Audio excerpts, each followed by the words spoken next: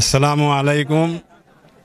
আমি হুমু ভেলাগোবা অঞ্চলেৰ ৰাইজ সুদীৰ্ঘ এক মাহ কাল আমি পবিত্ৰ মাহে ৰমজানৰ ৰোজা ৰাখি আজি আমি ভেলাগোবা আঞ্চলিক ঈদগাহ ময়দানত আমি একত্ৰিত হই আমি আল্লাহৰ ওচৰত আমি 2 ৰাকাত ফৰজ নামাজ আদায় কৰিলোঁ।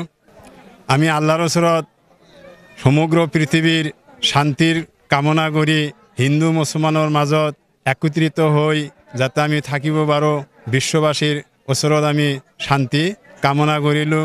এইখিনি আমি আল্লাহৰ ওচৰত আটাইয়েই দোয়া প্ৰাৰ্থনা কৰিলোঁ।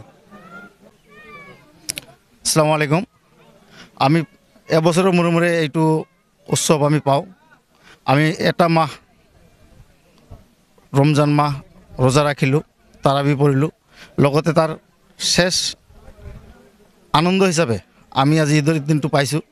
এইটো আমি আমাৰ ভেলাগোবা অঞ্চলৰ 4খন গাঁৱৰ সমূহীয়া ৰাইজ লগতে আমাৰ ওচৰে পাঁজৰে থকা কিছুমান গাঁৱৰ ৰাইজো আমাৰ ইয়াত একত্ৰিত হয়, ইয়াত নামাজ পঢ়িবলৈ আহে।